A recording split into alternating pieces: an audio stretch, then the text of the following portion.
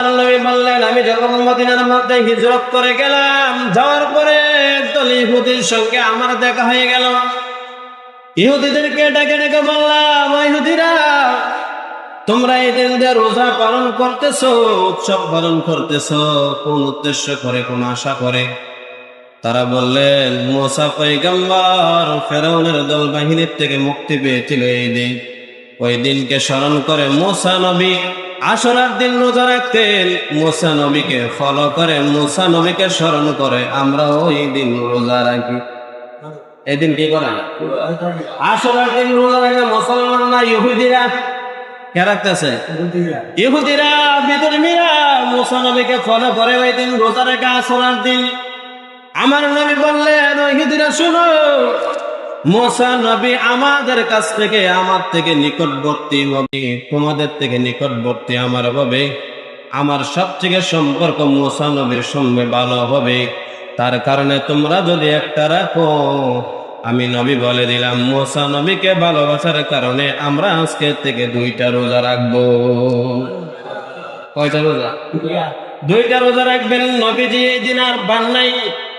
সাহাবীদেরকে বললেন, সাহাবীরা, আমি যদি আগামী বছর পর্যন্ত হায়াত আমার আল্লাহ দিয়ে দেন, তাহলে আগামী বছর আমি একটা রোজা রাখতাম। আগামী বছর যদি আমি বেঁচে থাকি, আশুরার দিনের সাথে আমি 9 তারিখের রোজাটাও রাখবো। আমার নবী আর হায়াত পান নাই, তার জন্য সাহাবায়ে কেরামদেরকে বললেন, তোমরা ওই দিন রোজা রাখবা। তার কারণে 2 দিন রোজা রাখা উত্তম। কয় দিন?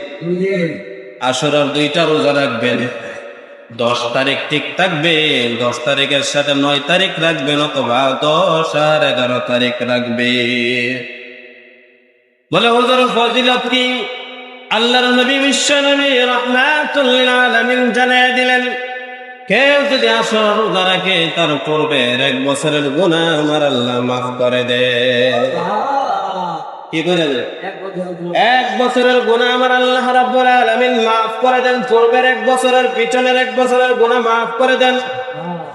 শুধু তাই নয়, হাদিস শরীফের মধ্যে আছে, আফদালুস সিয়ামি বাদা রমাদান শাহরুল্লাহিল মুহাররম ওয়া আফদালুস সালাতি বাদাল ফরিদা সালাতুল লাইল। আল্লাহ নবী বললেন, রমজান মাসের পরে সবথেকে উত্তম রোজা হলো আশুরার রোজা। রমজানের আমরা যে রোজাগুলো রাখি, পুরো মাস 1 মাস রোজা রাখি, ওই রোজা রাখার পরে সবথেকে উত্তম রোজা হলো আশুরার রোজা। আর ফরজ নামাজের পর সবথেকে উত্তম এবং সবথেকে পছন্দনীয় নামাজ হলো রাতের নামাজ, অর্থাৎ হলো তাহাজ্জুদের নামাজ। কিসের নামাজ? তাহাজ্জুদের নামাজ। ফরজ থেকে ফরজের পরে সবথেকে উত্তম নামাজ হলো তাহাজ্জুদের নামাজ। বলে, আমরা কয়টা রোজা রাখবো, কোন দিন রাখবো? বলে, 2টা রোজা রাখবেন। ওই 2টা রোজার বিনিময় 1 বছরের গুনাহ আমার আল্লাহ মাফ করে দিবেন।